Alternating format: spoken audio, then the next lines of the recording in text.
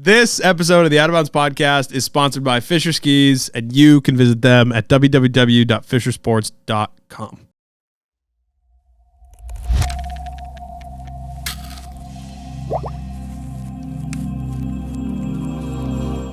All right, Christoph, we're going to talk about new boots. New boots are available from Fischer next year. So let's kind of talk about it because there's kind of a lot of new stuff. So there's kind of a lot of new stuff. We should figure out where you want to start and then go from there. Because like I alluded to 2 months ago or whenever the timing of this episode or section comes out, there's a lot of new All Mountain product this year. And there's a lot of really big changes, a lot of important changes. So we're kind of going to go into some of that stuff. For people listening, for people watching, you get the benefit of actually seeing the stuff that we're talking about on the release date. So I'll let you dive in. What's first? Where do you want to start? What's the thing? If you're like picking a thing that you're the most proud of rolling into the next season, what are we picking? For me, and I think for the entire Fischer collection, one of the biggest highlights and what has consumed my last 3 years is this new concept we have sitting in front of us. We, as I mentioned in previous chat, but I guess this might not be attached to that, we do really well as Fischer in terms of on-piste skis, frontside skis, carving skis, also narrower rangers, wide rangers as well. But we haven't had the horsepower on the boot front. We haven't had a clean, exciting story there. We haven't had boots that ski well enough, that fit well enough. And so that was really the focus for season 23-24 was to bring a whole new high-performance line. So that means fixed cuff, alpine boots with grip walk soles, vacuum plastic shells in an LV low volume, MV mid volume, and an HV high volume. Mm-hmm. One on 98 millimeters, 100 millimeters, and 102. And we've seen that's kind of the benchmarks, the categories, what shops carry. In the past, we've been playing with names like Curve GT being the slim one. High volume boot was the RC1. Internally, there was some logic to that naming, but it didn't really make sense anymore. So we went, what we have in front of us here are the mid-volume boots, completely new. So new shell, new last, really started from zero. And this is like my first from start project where I was there. Compared to the other boots we've had, which were already existing concepts. Mm-hmm. The MV boot starts 100 millimeter last. We've got the 120 here, and in terms of the design, RC4 is the name. 3 letters, stands for performance. It was a suffix we've been using, but it goes back to for ages in the Fischer history. So RC4, and then the volume indicator. Here we're at the MV. Compared to where we were on, let's say, a Ranger, and I guess you got a Ranger there, but the last is different. Do you want it? Yeah, sure. Maybe show it. Compared to where we were on the Ranger boot, we reshaped the toe box, made it a little bit more friendly. On the instep, we did a lot of work to make it as easy to get in and easy to get out. But to give you that hold. In the heel, we changed some of the geometry as well. Compared to what we had on the curve boots, the RC4, the curve boots, was our previous mid-volume offering.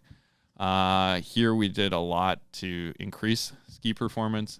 So we've got thick, stable soles, keep the boot from flexing torsionally. In the back, we looked at the canting system that we have from the race boots.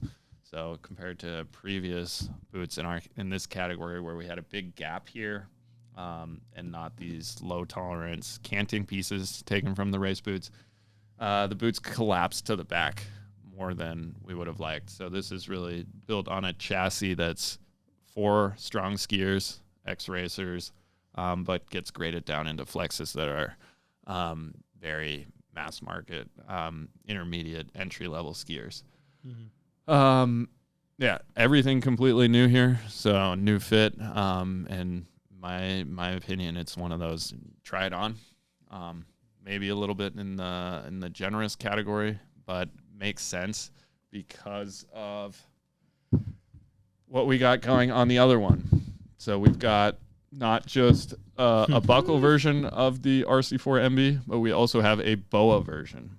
And this is where a lot of buzz is around this year.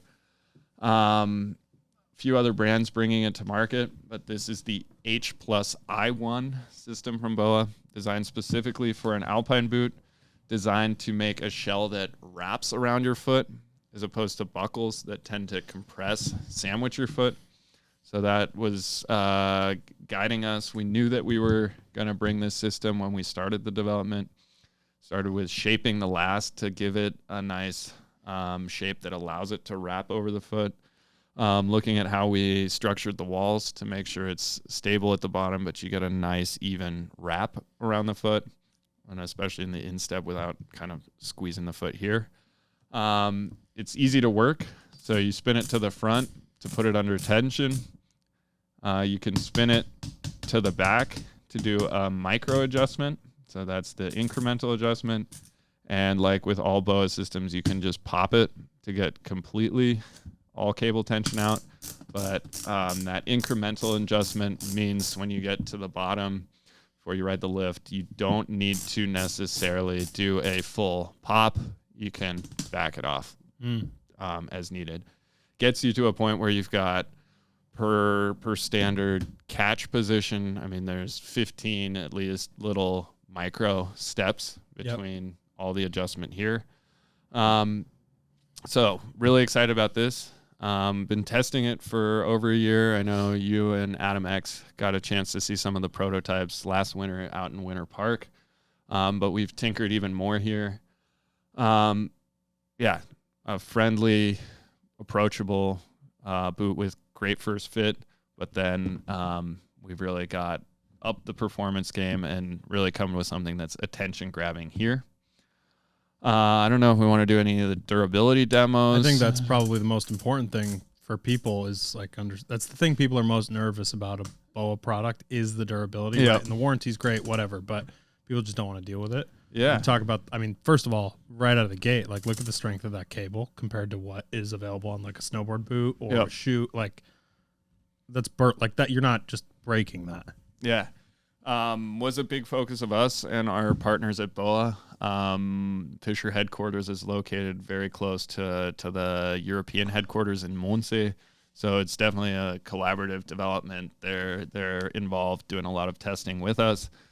As you pointed out, the cable, this is a 1.7 millimeter stainless steel cable. What we had on the Traverse is 100% thinner, is just doesn't have the same number of strands. There's something like 90 woven strands within this. Rated to 200 kilograms, this lace alone. So that'll hold, a Doppelmayr gondola or 16 car tires or 50 pairs of these boots. So it is really burly. The way the BOA structures they're offering, for anybody that knows the biking, golfing segment, they call this an L series, so low tension. M series is a little more hiking boots, some snowboard, but Skimo in the past has all been on M. Snowboard is going towards H, and this is the H plus series, meaning it's completely new, just for alpine shells, the maximum power. We tested it a bunch. One question we got, the visual, it's bigger, but it's for me, I don't see it anymore. I've been skiing it for a year. Once you've got snow pants on, you forget it's there. The guides kind of mirror a bit of the catches that you would have on a standard boot. In terms of contact to the snow, you're going to boot out well before you ever get this touching the ground. So that's kind of one first quick comment, easily dispelled, not an issue. The pieces are asymmetrical. So the left one spins different than the right. You always spin to the front and you always spin to the back. None of this opposite. It does stick out a little bit, and we did a good job of trying to integrate it in the design, give it some protection. But as gets pointed out, who knows what happens in a ski day walking up and down the, let me grab that screwdriver, walking up and down stairs particularly, it's possible that this thing could get an impact. And that's where there is this really cool feature from BOA in terms of using a cartridge and a bayonet. So there are no rivets.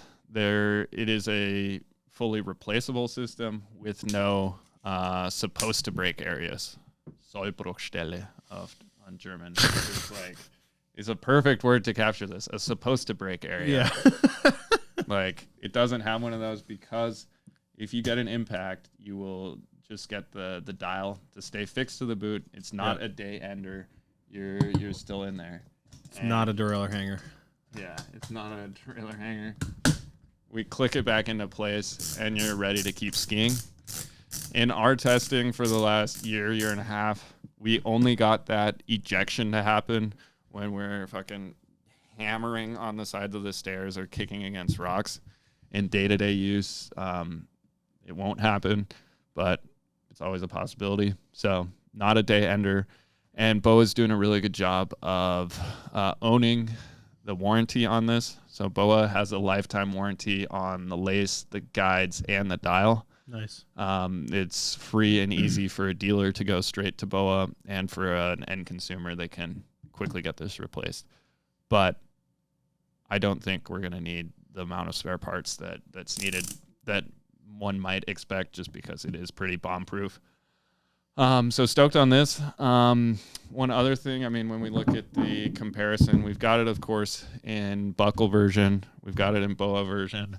Buckle is needed because BOA costs quite a bit more, 20 to 30% more than a set of buckles. Mm-hmm. So it demands a different price. But it has performance benefits, and I caution some people immediately kind of associate it with a comfort convenience device. Maybe, but the true function of this is to get a better heel hold, get a better foot wrap, be really locked into the boot. And so for me, the BOA boots ski markedly better than the buckle boots, simply because it holds the lower shell together, keeps it from bulging, lets the boot work as designed, and namely rotating through the cuff axes. So this is the 120 boot. I don't know if you have any questions. I can go into the lineup a bit. I've got a couple small things. One, the range in which it's offered in BOA, right? Like how many boots, how many boot models is it offered in? And then just, commentary wise, like I actually think initially I looked at it last year and I was like, oh, it's kind of gaudy. Like it's kind of big. But now you look at it and you think about the way it's going to stick out with your pant. It's kind of hot. Like it looks good. Like it's almost like it's like a flex to have that kind of thing on there. And it looks way more durable than even at first glance today than I really realized it. Yeah. And I think that there's a good separation. My one real question beyond what's offered is, do you worry about the line being too muddy, right? You have a low volume, a medium volume, a high volume, and then you have two for a specific number of models. You have two offerings. So in terms of end consumer at retail, is it too many units? Is it too many SKUs? Is that a concern for you? SKUs are calculated on an international basis. So I think the North American market will be way more on the BOA model than on the buckle model. Yep. This is kind of to serve two different markets.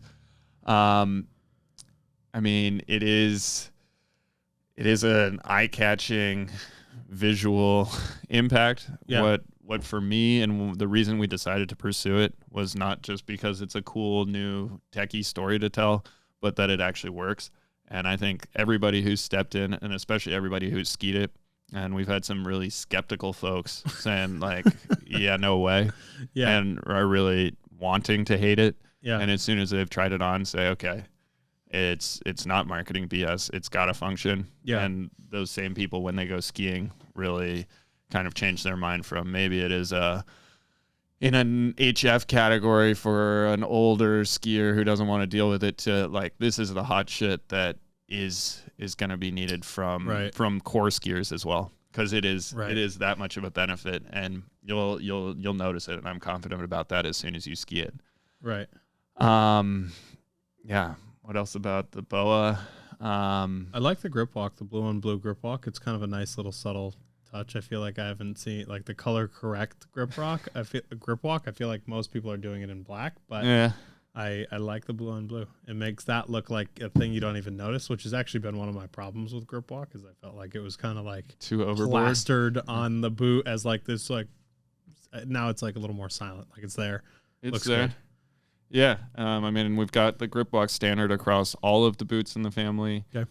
The BOA system we only have on the MV boots. So at the top we touched on, there will be RC4 LV 98 millimeter boots. This in front of me is the RC4 MV 100 millimeter boot. And then there's also an RC4 HV 102 millimeter boot. Only the MVs have the BOA system on it. Okay. And that was, we wanted to make sure it's right, that it has this function, that it's not just a marketing gimmick. And we wanted to make sure it's integrated in a durable, performant way. And so you can't just take this and screw it onto the existing Ranger and call it good. Yep. It's really requires a lot of development to get it integrated the way it is, to give it the function it needs. So that much to the question that we inevitably get: why are there no Rangers with it? Why are there no Ranger 1s with it? Why don't the LV or the HV boots have it? It can't be done overnight, and for sure we want to see how the market reacts to this. Yeah. I'm super optimistic there, and I think for us, we see a future to continue to build it out. Yeah, it is integral to the design of this new MV boot. Yeah, I like that. I do like that you're offering both. I think there is a consumer specifically that's looking for a traditional boot that's still high performance, but I do like, there's obviously every year there's that experimental customer that just wants what's hot, want to try something new. And I was trying my best to avoid the question of like, is this going to go in boots down the line? Because we're already talking about the future. Why talk about the future's future? Yeah. And it's just, I think the answer is exactly what you said, and it's what happens next, and see how the market actually, because if people don't buy it, right, if a small portion of the people buy it, then it's not worth diving into across the board. But if it works really well, there is a huge potential benefit to the end consumer, especially on boots that are always like habitually underperforming boots, right? So like a boot like the Ranger, it is not necessarily habitually underperforming, but touring boots in general are. Yeah. So kind of offering an ability to increase that performance in a new way, right? Because you guys have even tried everything from like running a P-back shell to running a PU shell to increase the performance of those boots. Yep. And you change liners out, you upgrade all this stuff, but there is now a new opportunity to go down potentially if the market reacts correctly. Yeah. I mean, I'd say anybody out there who sees a boot, ideally a Fischer, but any boot with a BOA system on it next season, even if you already have a boot, try it on. Yeah. And ideally you can do a test between a buckle and a BOA, which is the test I had you do. I mean, the comparison between the two is night and day. Yeah. And I think, once you get over the mental block or come to terms with it, the convenience of it is there. I have not yet had to explain how do you use this thing. Everybody immediately starts spinning it. I mean, BOA is ubiquitous in that sense. So we're really stoked about kind of that leading us into the future. In front of me, we got the 120 boots. There's a 130 boot that comes in Fischer yellow. So the 130 boot only has BOA. There is no buckle compadre to it. On women's boots, we have a 105 with BOA and without. We have a rental model with it, which is also speaks to our confidence in the durability, and that we're confident that it can withstand that kind of abuse. And then as we may or may not have alluded to so far, in addition to kind of these inline models, we have 2 pro models. So we've got another one. I think it's so hot. I love that. Another pro model. This is the RC4 MV, and this one we've also got in the low volume, the RC4 LV. What makes these boots special, they have race PU shells. So this is not vacuum like we've got here. Raises the stiffness up a bit.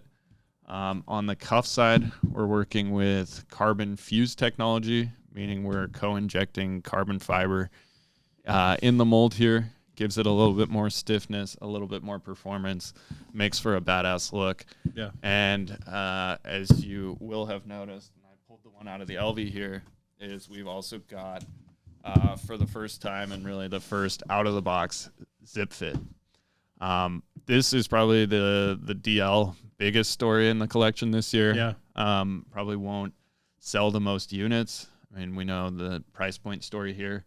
But for the strongest core skiers, thinking about ski instructors, patrollers, coaches, ex-racers, like really that passionate skier, we've got the complete package. So this would be shell and boot together, one package. No conversation about throwing away an expensive stock liner and then going out and spending another $500, whatever it is, on a zip fit. Yeah. We've got the whole package. We've been working closely with the guys in Italy. These are all produced, handmade in Italy. We've done a little bit of collaborative design in the sense taking some Fischer parts. So we've got the speed lock from our Nordic, which is, I think, the best solution for. I agree, yeah. This is a huge feature. For closing. So we've taken this from Nordic, using some Fischer materials.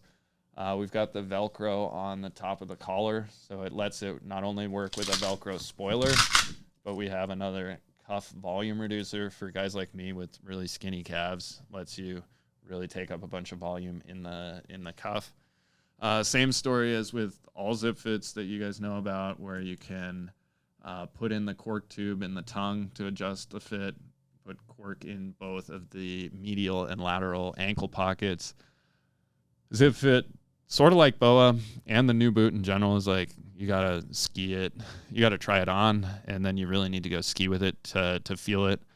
For me, taking a zip fit, this RC4 zip fit, and pairing it with one of the MB boots has been my go-to combi all last year. The exception of when I'm on a race ski, I take out my podium race boots, but otherwise it's been really here MV.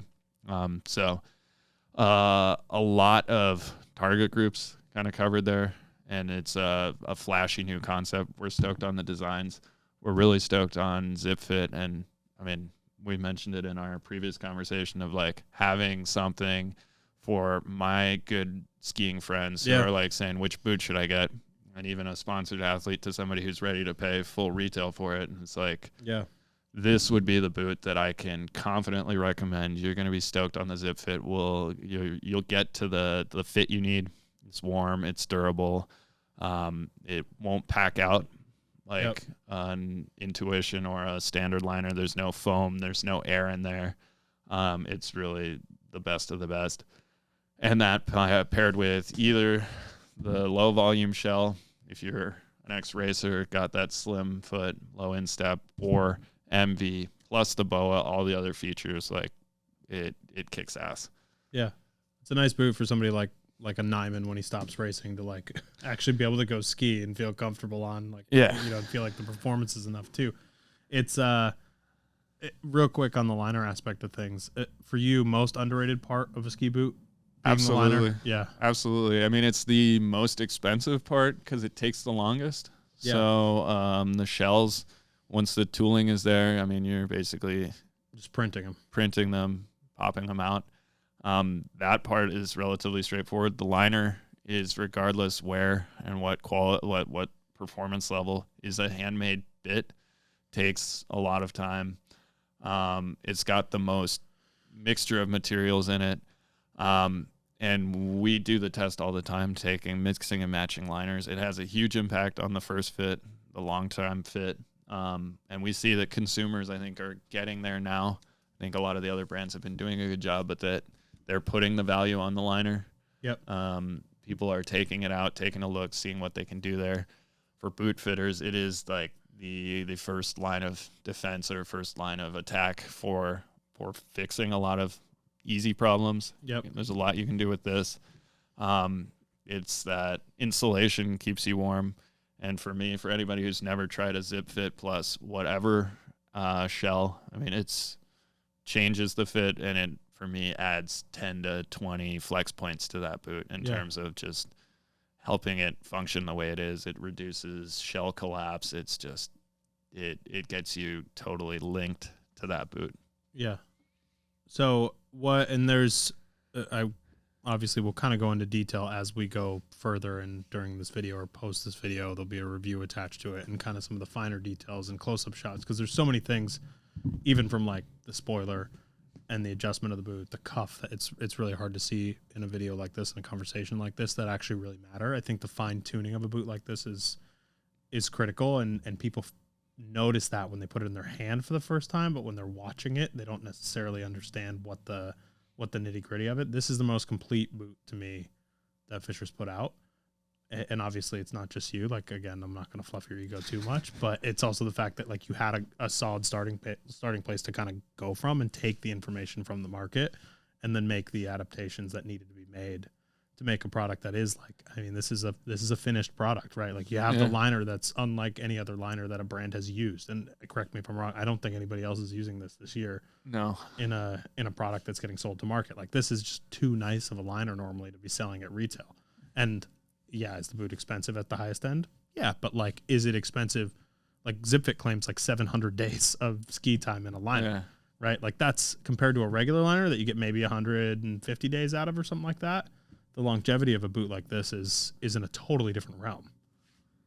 You said it exactly. And I mean, we want to be there. We want to win the trust. And I think we're stoked that cooperation with ZipFit, we're the exclusive Alpine partner for the coming 2 seasons.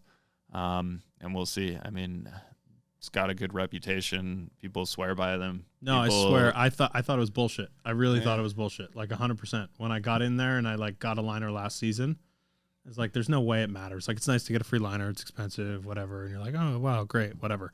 Dude, it skis. Mm-hmm. Like, they don't pay us. That thing skis. Yeah. Like, it makes such a huge difference. And I think you don't understand until you put one on.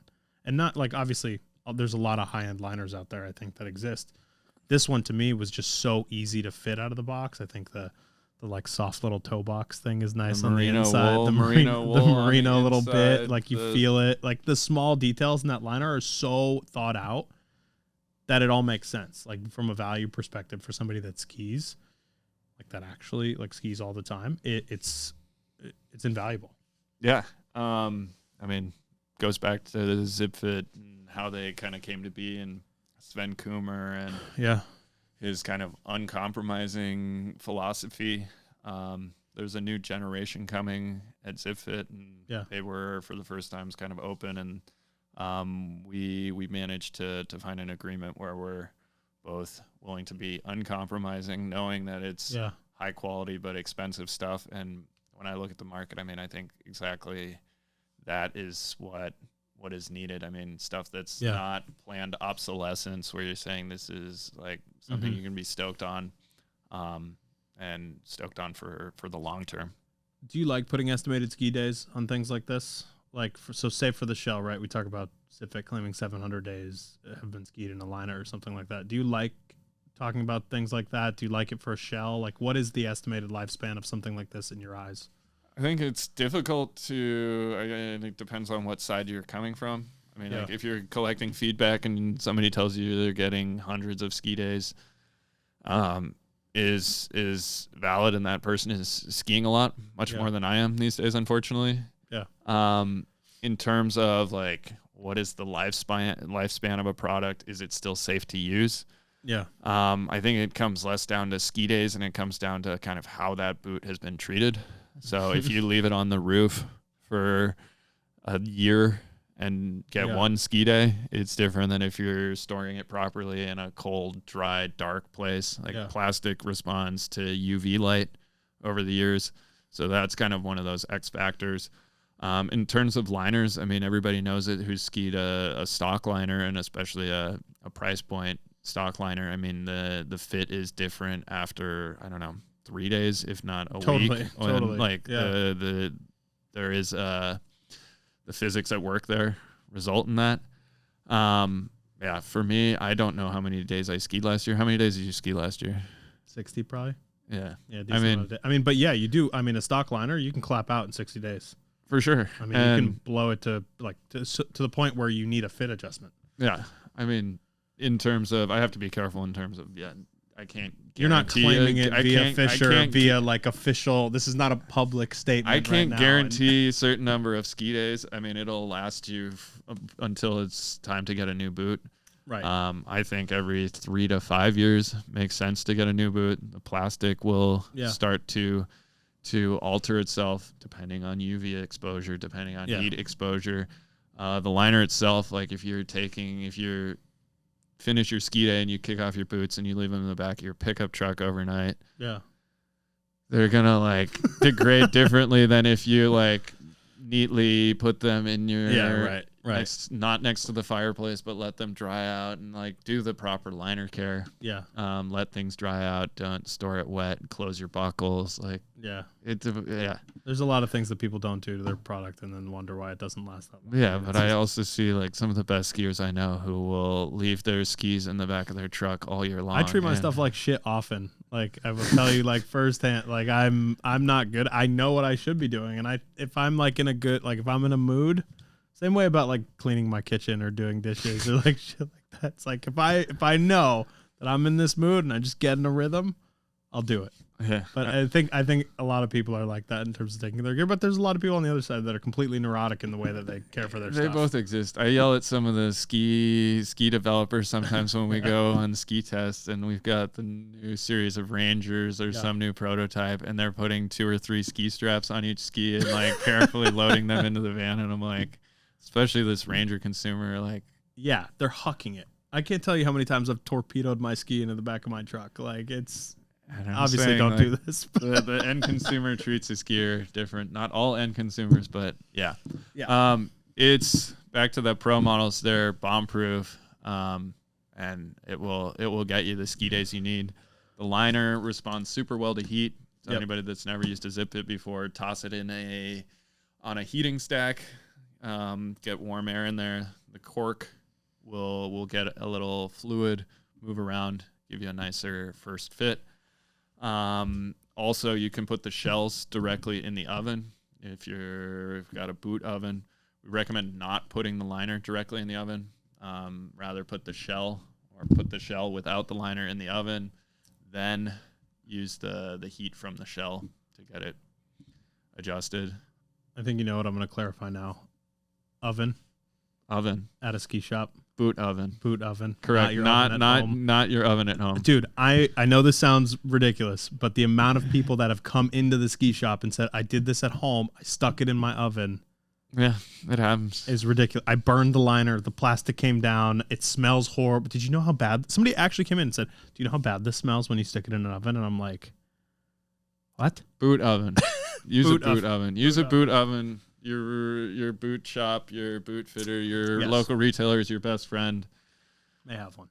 Don't do it by yourself if you can avoid it. Yep, for sure. Okay, let's we'll talk more details on this boot at a later date. I'll put it out in the written format and all that stuff. But let's talk a little bit about Transalp. Yeah, I have it handy. There is a couple small changes to this I think that are worth noting before I let you stop talking about boots for the last 2 hours. God, I get to talk about boots. I'm always down to talk about stuff. I just never want to make someone feel like they have to talk about a thing. You know what I mean? Yeah. No. For 23-24, the Transalp line of boots is getting an update. The boot, you've been skiing the Transalp Pro. It's been around for 2 years now. Here, mainly a visual design, but we've got one new top model. So we have a model above what was the Transalp Pro, and this is the Transalp Carbon Pro. What we were talking about on the other two pro models with the carbon fused cuff, a little more stiffness, a little more performance, a little more carbon. We've got that on here, so that makes for, I don't know how the light works out here, but this is you can see little carbon granulate or fibers. Fibers is the word. Fibers in there. I'm thinking in German.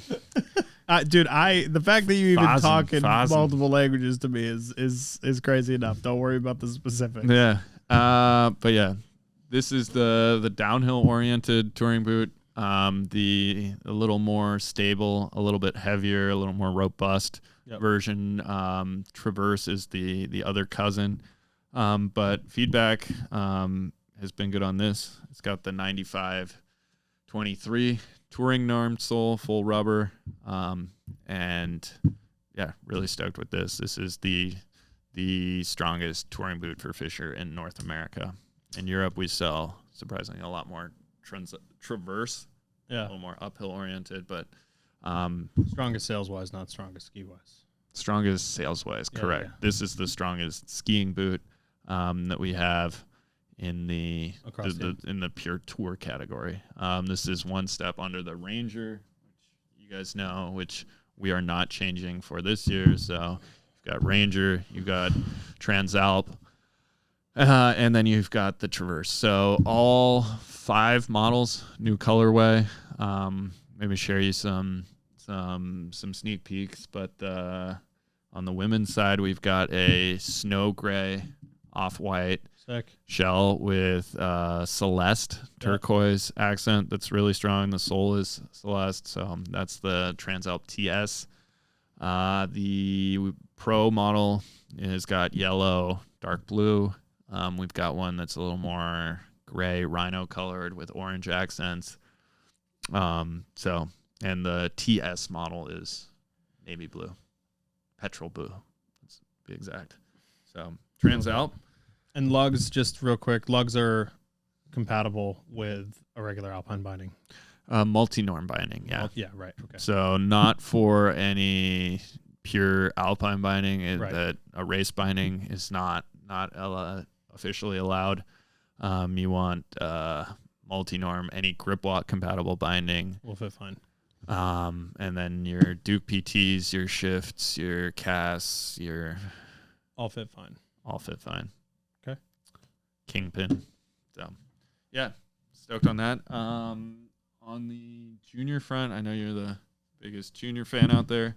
Only one with no kids that gives a shit about junior product, I think. So far, you're the only person in the whole world I've met that's so excited about kids stuff. That sounds creepy. Don't say it like that. I didn't mean what you guys are thinking.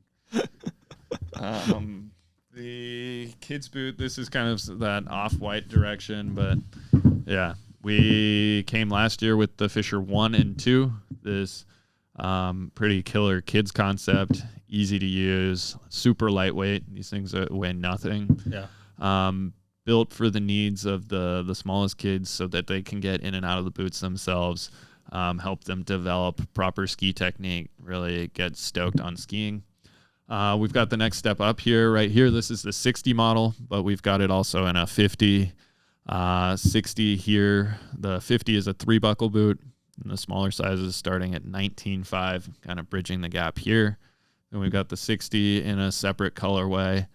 There's a 65 junior race yellow Fischer model.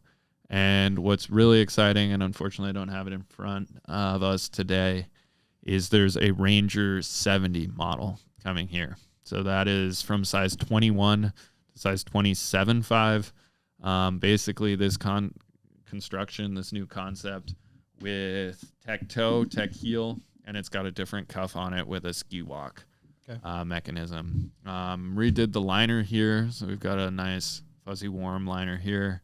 And this was an area that was the logical next step after we did the kids. So we think at the end of this year, we've got really a great package from the smallest young skiers at 2 or 3, all the way up into the junior ranges, whether they decide to become free riders, decide to become racers, or anything in between. I think we've got a strong offering to raise the next generation, as we like to say. So, yeah. Love that. It's great. I'm excited. I'm excited that there's people care about kids' boots. And again, I only care because I'm sitting in a shop and I'm watching kids get into these boots, and you're renting these boots, and like the trickle down effect over years means people are skiing in super NO1s, until 24.5 or 25.5 sometimes. And it's just like you're promoting bad habits in the way that kids ski. And you're literally not developing the future of skiing in the way that people care about skiing. And it makes a big difference in the way that somebody feels. And getting on a boot easy in this sense was a really big innovation. And it's a big step forward. Making a boot that people care about performance-wise in an all-mountain setting and not just in a race setting, big step forward. I mean, you saw it with skis, obviously, in the last few years. Like every high-performing ski has a mirroring junior model. Yep. Right? And now to see a boot that kind of mirrors the adult version, I think is really important too. Yeah. So, I mean, we do well on the junior ski sales. We know there's the market there.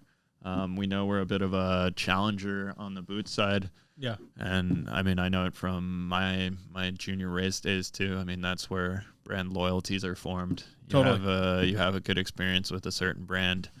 It lasts way past the brand is even relevant. Yeah. I mean, honestly, like it lasts 20 years, 30 years. No, for sure. And kudos to Fischer for kind of recognizing that. I mean, it is over the last couple of years with this whole new concept, also in a touring version. I know the global geopolitical situation has been difficult, but it's really cool to see that the company is focused on the future, continuing to invest on the products and really trying to move the needle there and to like make the best possible products, regardless of what the day-to-day is right now.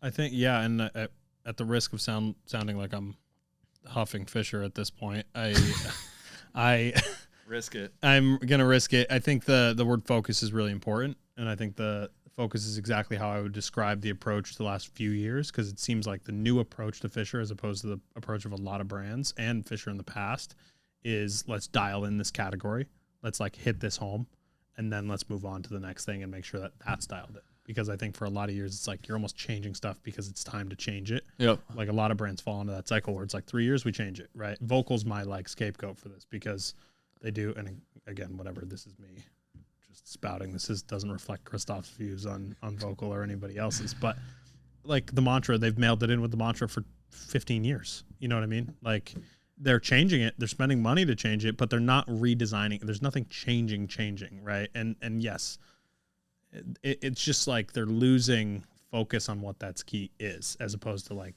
killing it, going back to it because it matters, and almost like redesigning it A to Z. They're just relying on the same mold that they have, versus I feel like you guys are willing to go and just commit wholeheartedly to a section of the market. Yeah. We're optimistic. I think, as you mentioned, we've seen a bit of a new trajectory. I think the last 5 years, I think the team is stoked. We're pushing, and it's cool that I'm able to come over here, and we had a lot of the rest of the team here the last week. Yeah. We see huge potential in North America. I am personally motivated to sell as many boots and get as many of my friends hyped on the product as I am. So step by step, we know that takes a minute from us having these conversations to the shop employee having this conversation with the end consumer. So we're stoked on the direction, and just need to keep on keeping on. What are you, a sign at TJ Maxx? I like, and I appreciate very much that you're willing to spend the time and do this kind of thing, because this is an educational tool for people sitting in a shop too. Yeah. Right. So they can actually have it firsthand and have in detail what the stuff looks like and how to talk to a consumer about it. Because you do a sales clinic and you're like, yeah, it's great. Even if the rep crushes it, you kind of move on with your life afterwards. You know what I mean? Like stuff just kind of like, whatever, you're shot at the end of the day. You're sitting listening about product for an hour and a half. You just don't give a shit after a certain point, right? So I think you getting out here and doing this kind of stuff and talking to people and being open about what the product looks like and what that system does, I think is a really solid step forward for. It's a good example for what a lot of brands should actually really pay attention to, I think, because it's important. And again, not just because you're sitting in front of me. I think it's important. I really do. Yeah. So, cool. All right, that's it for this segment. I'll let you stop talking for a minute, and then we can kind of roll on. But I appreciate it very much. Again, since it's separate from the other segment, where can people find you? Where can people ask questions? If people have technical details, feedback, like specific things that they want answered, best route to either get to you or to get to that information? Yeah. I guess personally I'm on Instagram, Christoph_Lentz. And I get, messages regularly. Happy to give my 2 cents as needed. On the Fischer websites, also on the ZipFit websites, we're working on pushing more and more detailed information, making a lot more videos. I'm trying to make the rounds and get the word out. But yeah, if you're struggling to get to info, my door is always open. Love talking boots, and helps us plan for the future and kind of continue raising the bar. Sick. Yeah. Love that. Thank you. Thank you, dude. Good to be here in person. It's real. This place is real. It's a real. It's real.